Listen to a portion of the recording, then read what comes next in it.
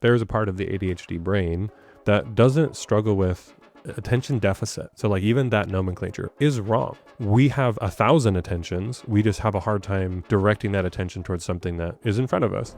A lot of HR leaders are sedentary because they're such skinny teams and their job is literally like an ER doctor around the clock. So they sometimes really hesitate to getting away from the desk. Next time you have a one-on-one with that contentious leader, like, hey, can we go for a walk? Instead of sitting across from a desk of each other, because that feels like we're both lobbing insults. We're standing across from each other. Even that like body position that we're in feels contentious. How do we set barriers to avoid our dopamine addictions of being needed or seeing our notifications?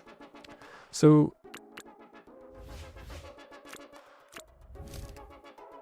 Hey everybody, today's episode is with my good friend Ian Mai.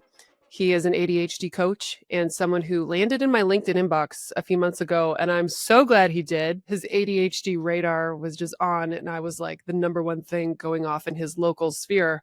He's been, really instrumental in me learning how to navigate my own ADHD in a way that I stop judging myself. We talk a little bit about meditations and breathing techniques to help you when you feel like you're spiraling. You know that feeling when you're like working on everything at once and nothing's getting done, and then you start kind of having a little bit of a panic attack, or you just have lived this way your whole life. So you're like, that's like Tuesday every day.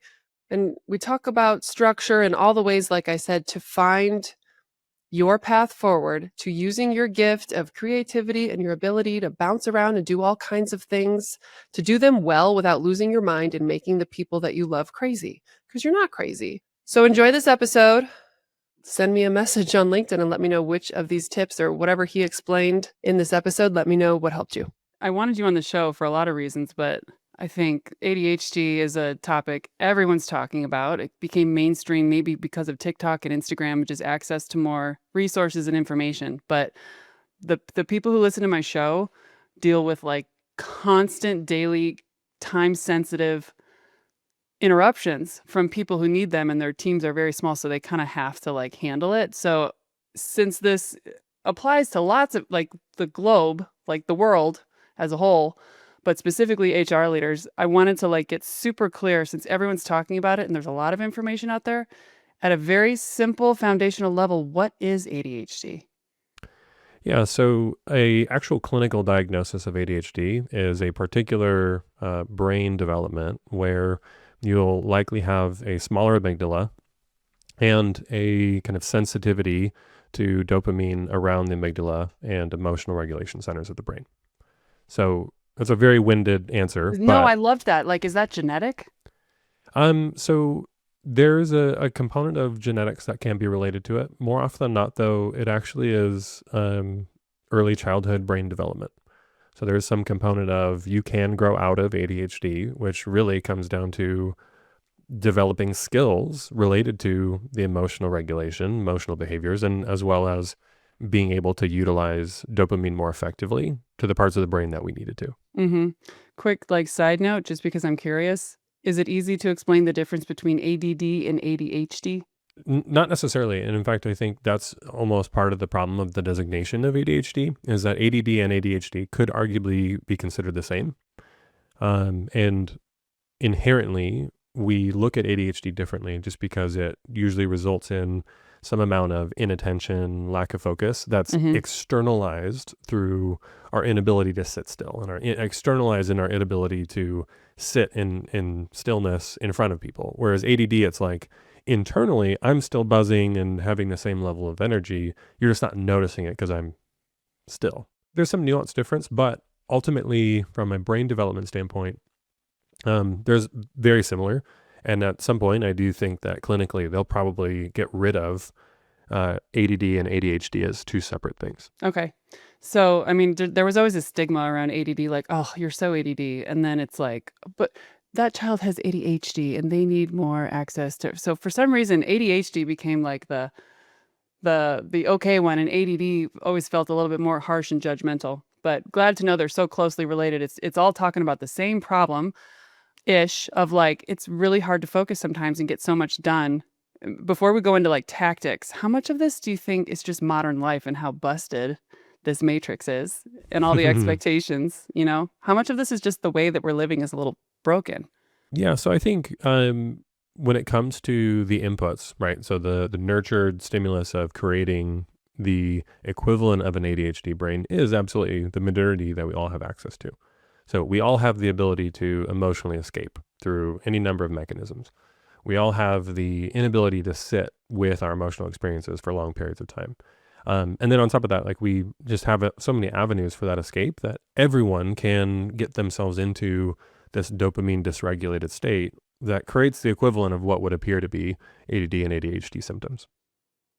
So I literally tuned out towards the end of that because I did what I was telling you before the show, where I'm like, I know I have ADHD because I'm like listening, but then I don't know what my next question is. Yeah. And I tune out. So I'm going to keep this part of the show in to show everyone like it presents in a lot of different ways. I'm very Yeah. interested in what you just said, but I couldn't do the recall. Mm-hmm. And I didn't mean to not pay attention, but my cat's out the window. Your LinkedIn's open and I got a weird message, which I didn't mean to. Like the way we live, there's so much input, even for a normal person to focus. Right. There's a lot going on. And we don't always have like systems and villages. Like I'm a single mom raising 2 kids by choice, but that's hard while I'm running a business, while I'm trying to make sure the laundry's done. And also, have I journaled and checked in with myself lately? Like there's so many competing priorities for people who are regular parents who are still married, like you and your wife. Like there's still a lot to get done for your 2 kids. It's demanding. Even if you don't have kids, there's a lot to do in a day. Right. And a lot of media that's noisy. Yeah. So, I mean, even what I love about just the topic of this conversation, just being like, hey, 2 ADHD people get into a room together and what kind of energy do we bring? And for somebody on the sidelines, they're just like, these people are too much. And absolutely, we might very well be, and that's okay. My feet haven't stopped moving this entire time. I have a lacrosse ball under the table right now, and it's massaging my foot on it. I'm passing it back and forth with my feet. But like, there's some amount of like, I can be calm from the waist up because I'm kind of inviting some amount of that chaos. And so like, what's interesting is that we can actually celebrate the fact that there's a part of the ADHD brain that doesn't struggle with attention deficit. So like, even that nomenclature is wrong.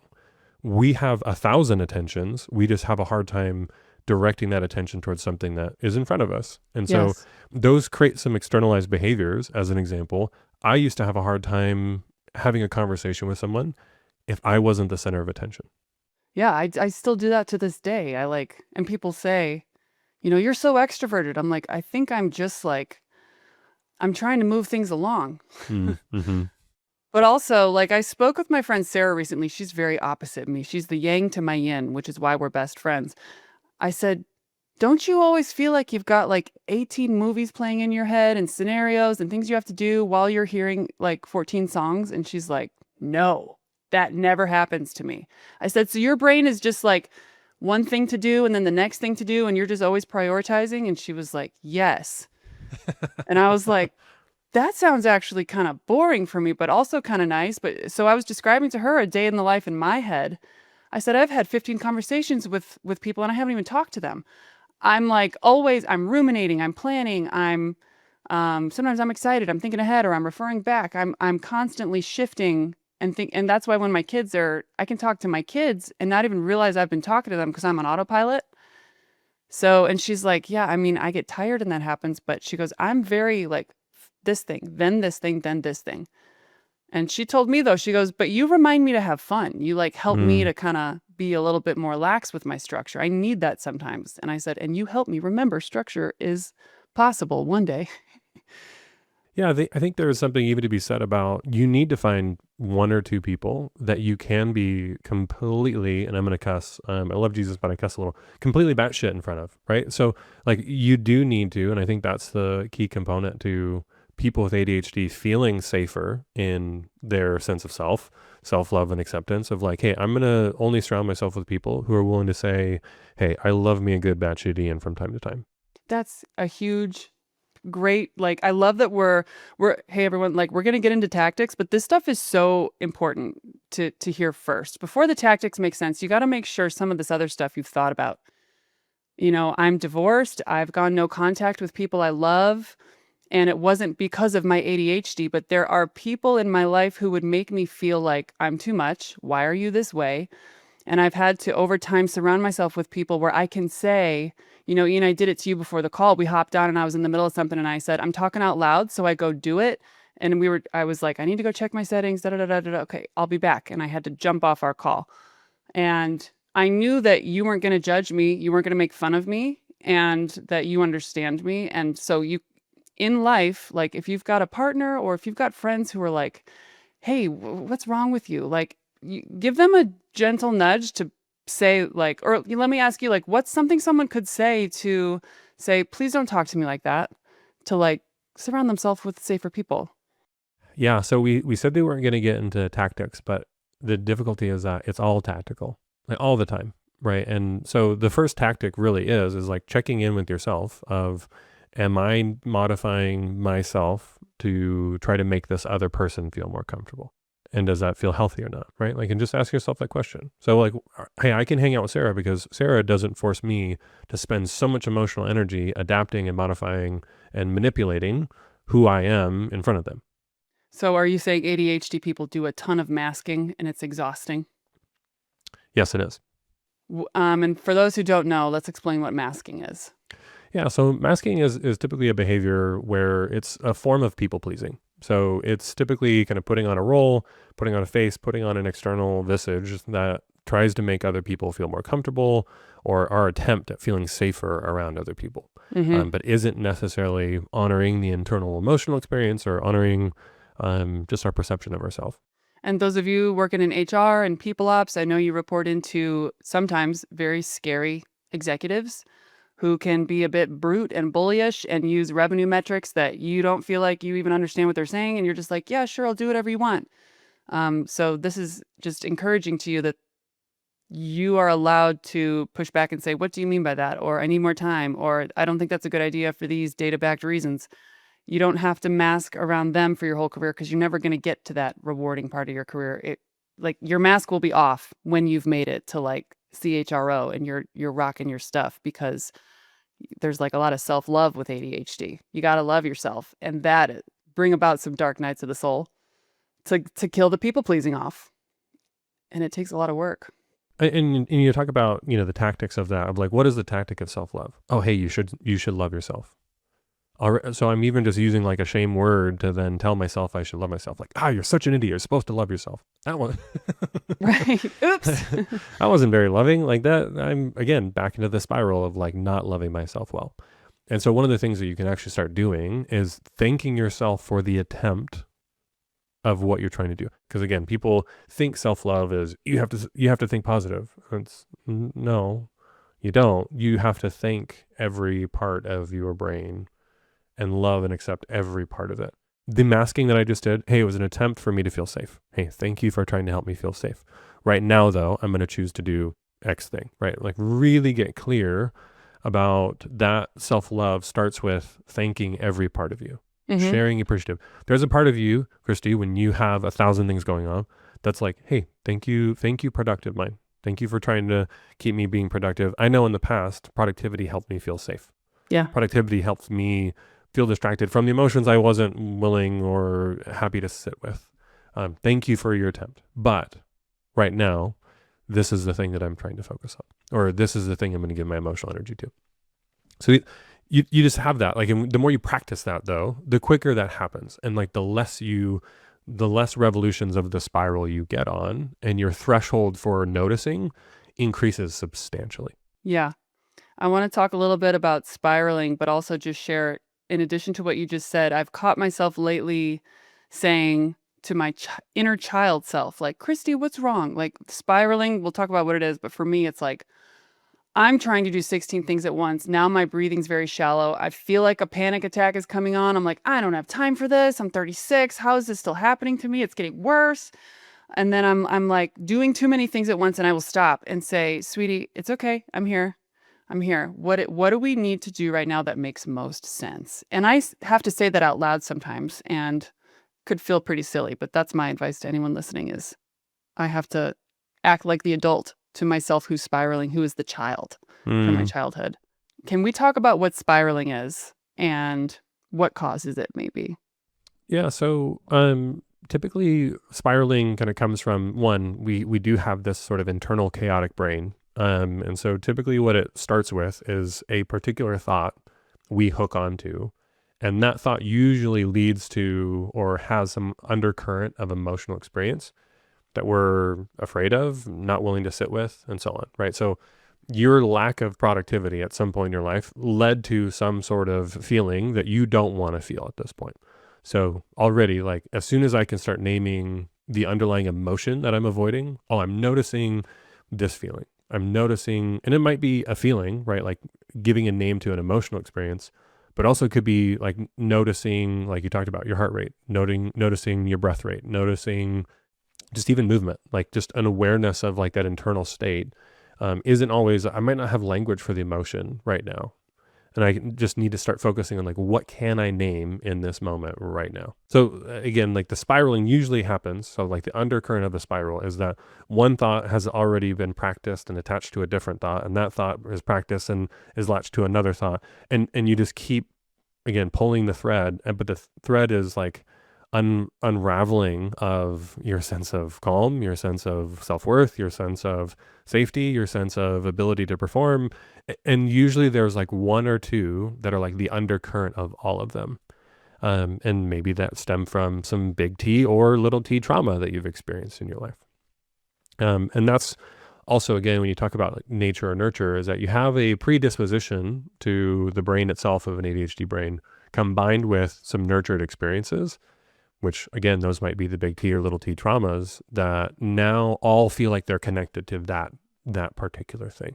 The reason our connection is super special to me is there was a day where you and I were just networking and talking about having you come on the show, and suddenly it turned into like, Ian, I'm not okay, and I like actually like can't breathe, and I'm kind of freaking out and weird. You're a expert on this. Like, can you help me? You kind of jumped in. I don't even know if I asked. You just were helpful, and you helped me do something called box breathing. Can you explain what that is? Because it helped calm me down pretty quick. Yeah, so there's a group of different types of grounding techniques. And so grounding techniques are typically either breath work strategies or things that we can direct our focus and attention to. As soon as we notice we're spiraling or noticing a panic attack or noticing some part that cues us into things are getting out of control, that breath work being one of them is a place to start. So a box breathing technique, if we were to draw a box, is we're going to do some period of time, inhale, hold that breath that we've inhaled for the same amount of time, exhale for a certain amount of time, and then hold that evacuated lung position. So the reason why that type of breathing is effective is that typically when you notice a panic attack, your breathing is typically very fast and rapid, in and out, Mm-hmm. in and out, in and out, or even just like no pattern at all. So it's just very discord. And so the box breathing technique, one, is allows us to direct our focus to counting the number and the time that we're breathing. It also allows us the ability to, by controlling our out breath and controlling the time before we take another breath in, it's one of the few things that we can actually control to signal to our body that we're safe. So, for the sake of example, can we go through an exercise right now and I will do the breathing? Can you walk me through a very basic, quick box breathing cycle? Yeah, so we start with body position. So in your seat, people who are listening, you can kind of get up into your sits bone. So like right where kind of your glute touches your hamstring, sit on that part. What you should be able to do is actually have your knees drop below your hips. So in terms of elevation, your knees should be lower. So if your hips are up here, I want your knees to be below them. Got it. So what you should notice is that your diaphragm is a little more upright, your spine is a little more upright. And when we're going to take this breath, we're going to really try to focus not on breathing into like our shoulders. So we don't want our shoulders to come up as we're breathing. So, because again, that's creating tension there. So we actually want to really breathe into the diaphragm. And so you should notice your lungs expanding out, not up. Okay. So that's our body position. We start there. And then as we breathe in, we'll just kind of count you through it. Do one kind of cleansing breath out. Just deep, big inhale. 2, 3, 4, and hold. 2, 3, 4. Big exhale. 2, 3, 4, and hold. 2, 3, 4. Big inhale. hold. 2, 3, 4. Big exhale.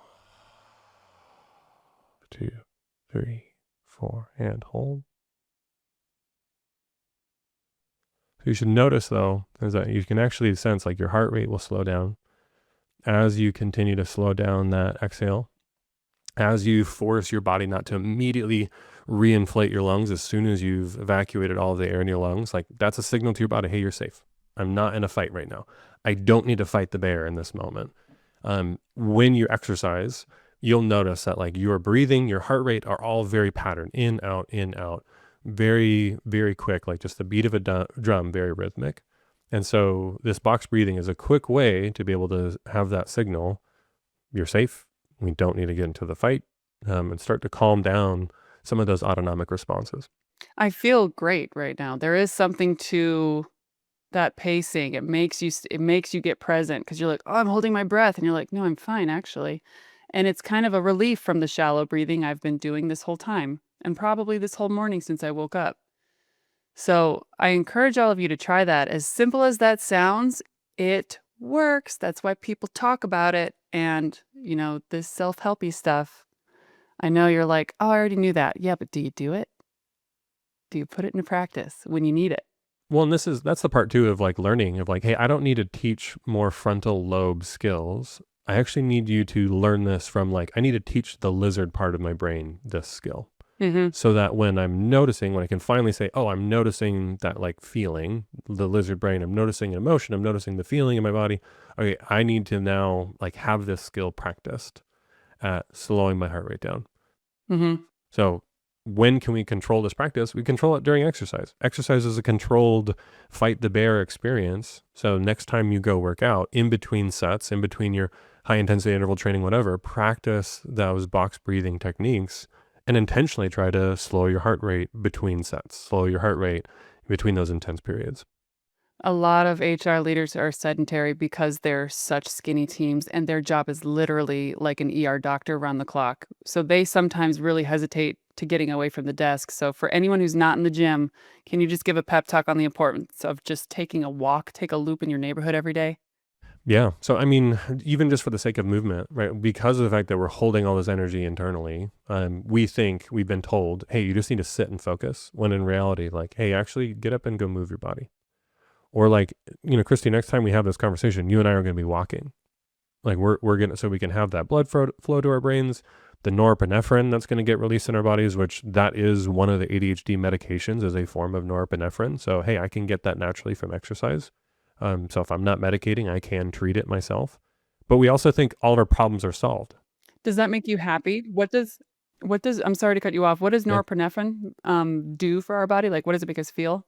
Yeah, so norepinephrine is a neurochemical that's typically related to directing our attention and focus, and also is part of the emotional centers of the brain and emotional responses, which is naturally released after exercise.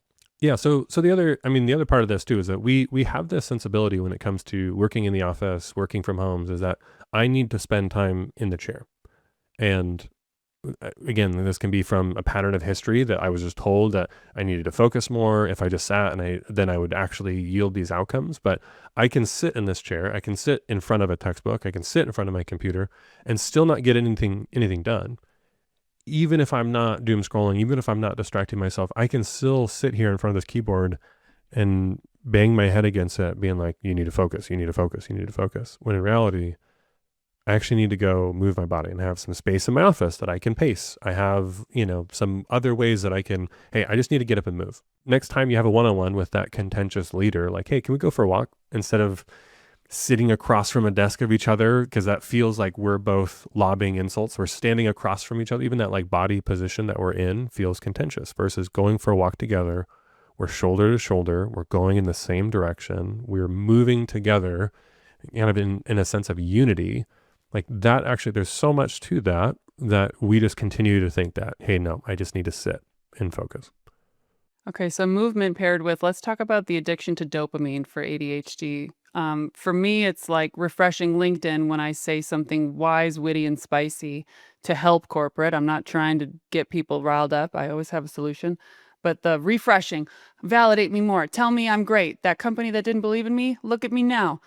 And for HR, it's like, oh, another person needs me, another quick win. I get to save the day for someone. I have a savior's complex. I was parentified as a child, so this gives me a chance to like live that out again. How do we set barriers to avoid our dopamine addictions of being needed or seeing our notifications?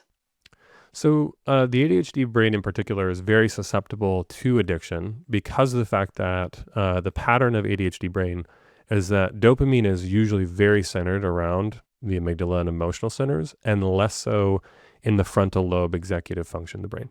So what happens is when we get a spike of dopamine, it all of a sudden breaks the dam into the frontal lobe of the brain. And you're like, oh shit, I feel normal finally.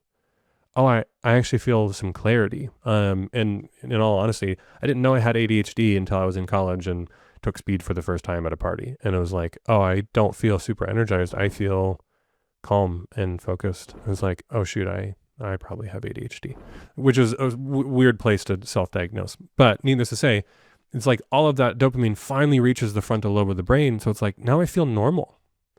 And so I'm chasing normal all the time from there on out. So regardless of what the stimulus is, so let's like kind of take the moral association of the doom scrolling, the refreshing, all that stuff. It's just like you're chasing normal. And why ADHD people are so susceptible to addiction is because we don't have a lot of objective reasoning about why we're chasing normal. So the objective reasoning, does that come from self-reflection and therapy and being more present and like paying attention? What is even upsetting me? Is that what you mean? So the objective reasoning comes down to being very clear about what values you have that the dopamine is either aligning to or an avoidance of. I feel my avoidance on either, oh, I don't want to pay this bill because, I have a scarcity mindset around money. You want to talk about self-awareness? So I'm going to go instead use ChatGPT to write a post about standing up to your executive. And that's going to feel good, but I still didn't pay the bill. That's very easy to pay. And I have the money. So why am I avoiding it? Oh, now it's getting bigger. Now I really want to avoid it. I'll work on something else. I'll do it tomorrow. I'll do it next week. And then before you know it, you have a snowball of things that you avoided. And then everything feels so big. And that's when I spiral, when I put things off that are easy to do.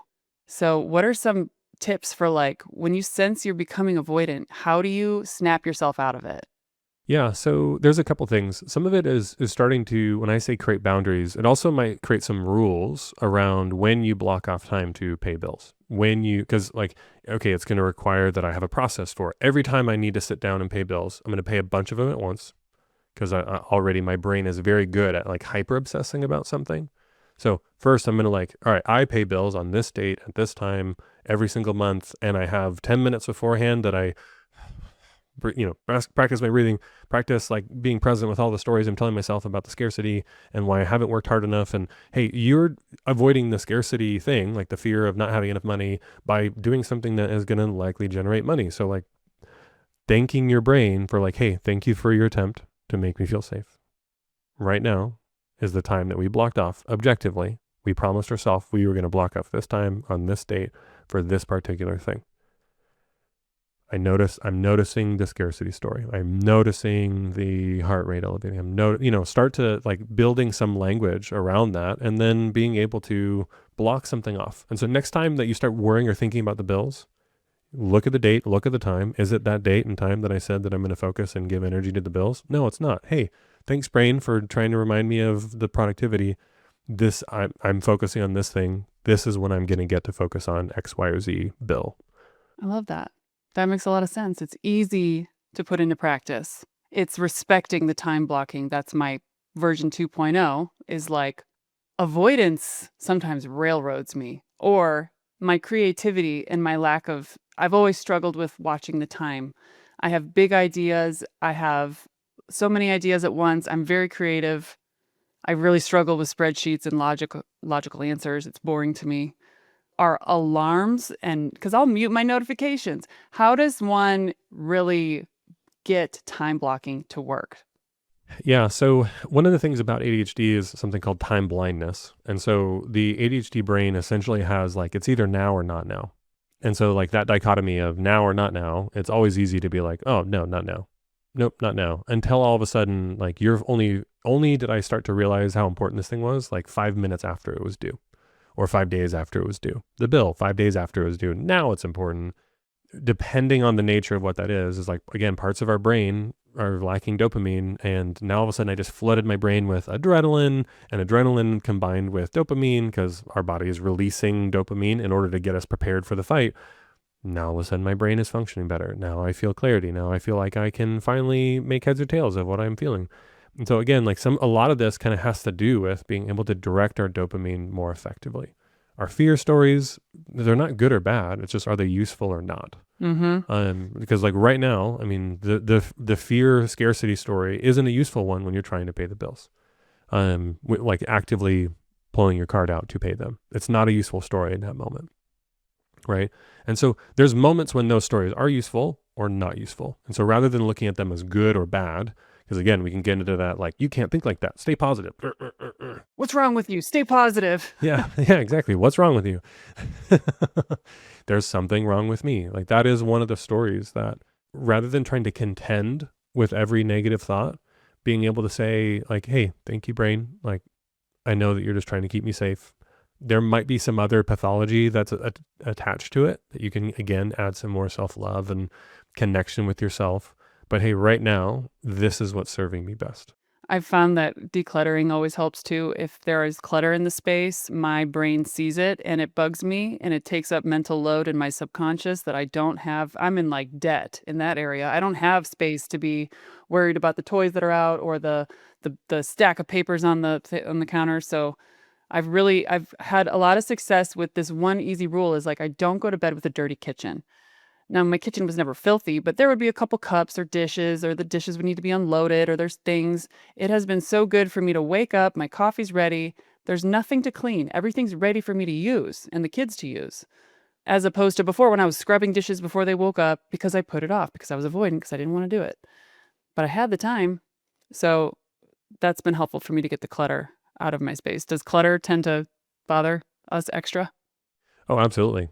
Clutter, interruption, anything that diverts our immediate attention that's in front of us, right? Because clutter is essentially an input for something to distract me in a moment. So, I mean, there's things that you can do though. Like for you, like you have already created enough peace and sense of mind that like decluttering is a good thing. Sigh of relief. Oh, declutter feels good. So I'm going to declutter, right? But there's again, like whether it's useful energy, not useful energy, you might have to, like, before you get to the point where decluttering was a good thing and you were avoidant, you might have needed to like manipulate yourself a little bit into believing that it was a good thing. How can I frame this so that it is in alignment with my values? What am I believing that isn't in alignment, and why I'm avoiding this thing? So there's some amount of like, you might need to be able to manipulate yourself a little bit to get it back into alignment for why it's important. Having to earn things too, like I would be avoidant and say, I'm just going to go to the gym, which does help me figure out problems or finish my ideas. But sometimes I'm just putting off the thing. So I've had to make it so I will earn the gym when I finish this, which not everybody wants to earn the gym. But I promise, if you all stick with it for 2 months and get past the soreness and start to see results, it's actually it's a great outlet. But like setting up a reward system. You haven't earned this yet. Even my coffee, like I can't have my coffee until I've done my gratitude practice, which is hard to do when you haven't had caffeine yet. I'm like, I'm grateful for the coffee I'm about to have. Can we talk about the importance of a morning routine to someone who's like allergic to it, but trying? The first question I have to ask when you brought that up, what I'd ask the audience, if I said morning routine, did you immediately go, Uh-huh.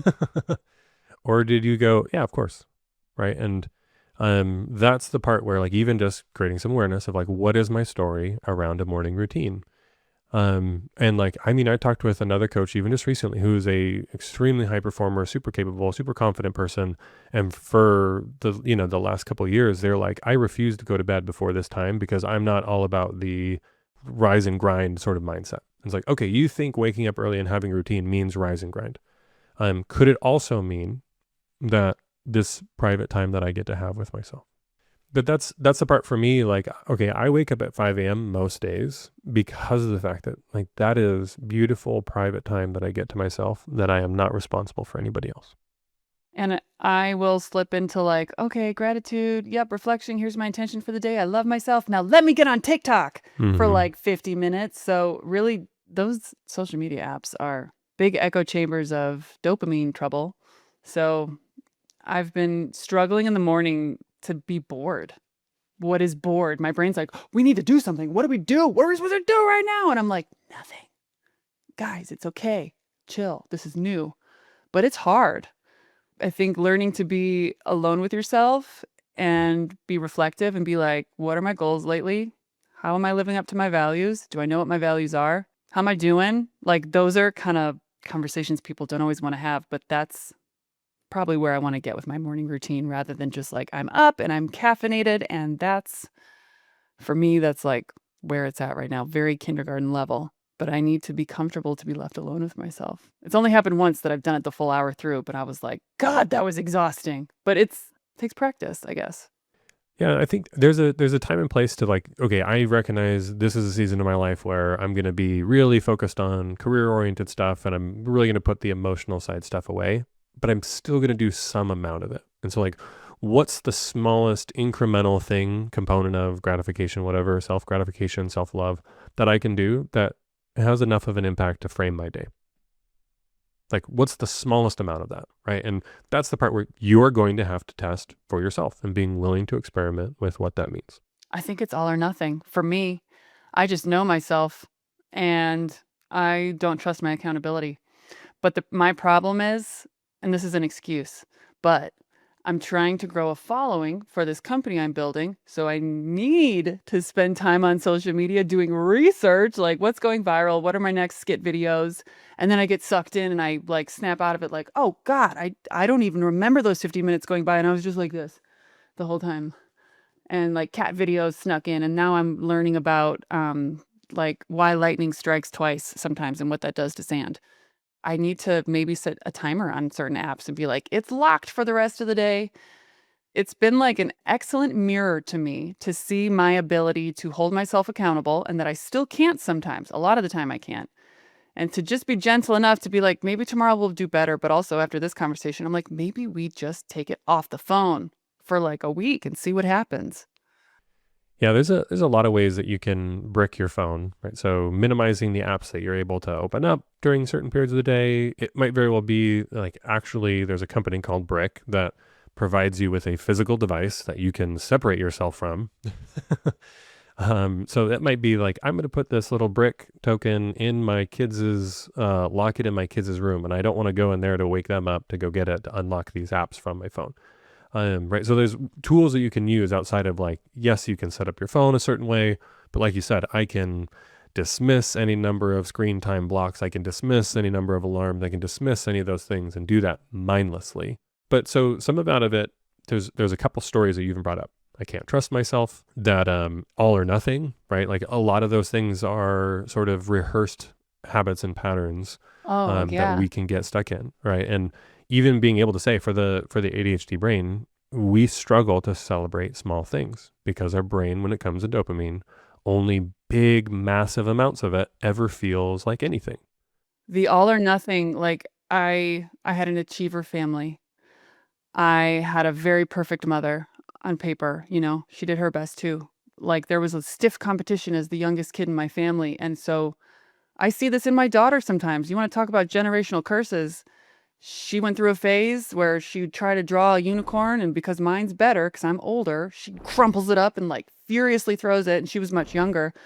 But I was like, oh my God, this is like me. This was looking in a mirror. This has to stop. And like finding ways to make her comfortable. Like, I'm 36. Mommy's been alive a lot longer to practice drawing unicorns. Yours is pretty good for a 4-year-old. That's fantastic.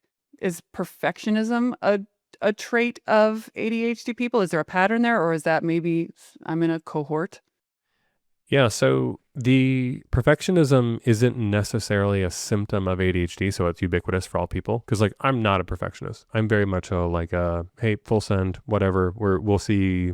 We'll just do it, right? That's why it took me so long to launch my website. I was like, nobody look at it, but also I need to work with you. But also, did you ever need a website in the first place, right? Like that's all those things like are things that we can challenge all day long. But the perfectionism really is like just another form of trying to create a positive spin on an unwillingness to do uncomfortable things, right? And so the discomfort that I'm having is this has to be perfect because I'm afraid of not being connected with my family, my friends, my whatever, right?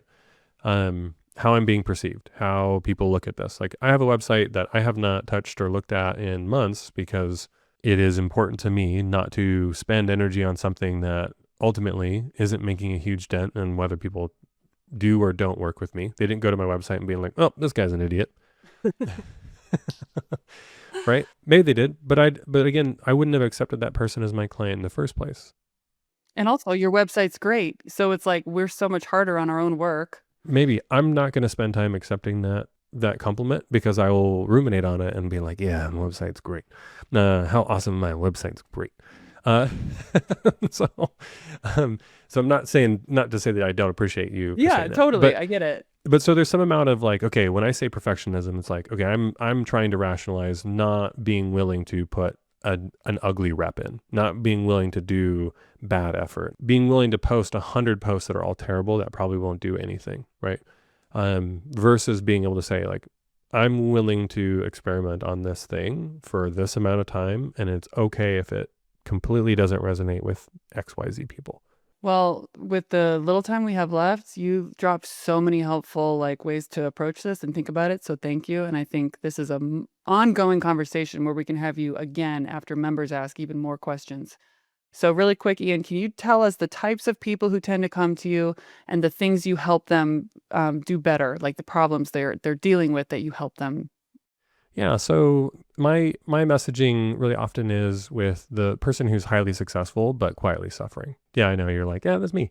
That's why we resonated, right? Because we feel like our success is either as an imposter, is not reasonable or valid, and it's a house of cards. And so we can have these private struggles, private addictions, private things that we're holding on to as a result of potentially untreated ADHD.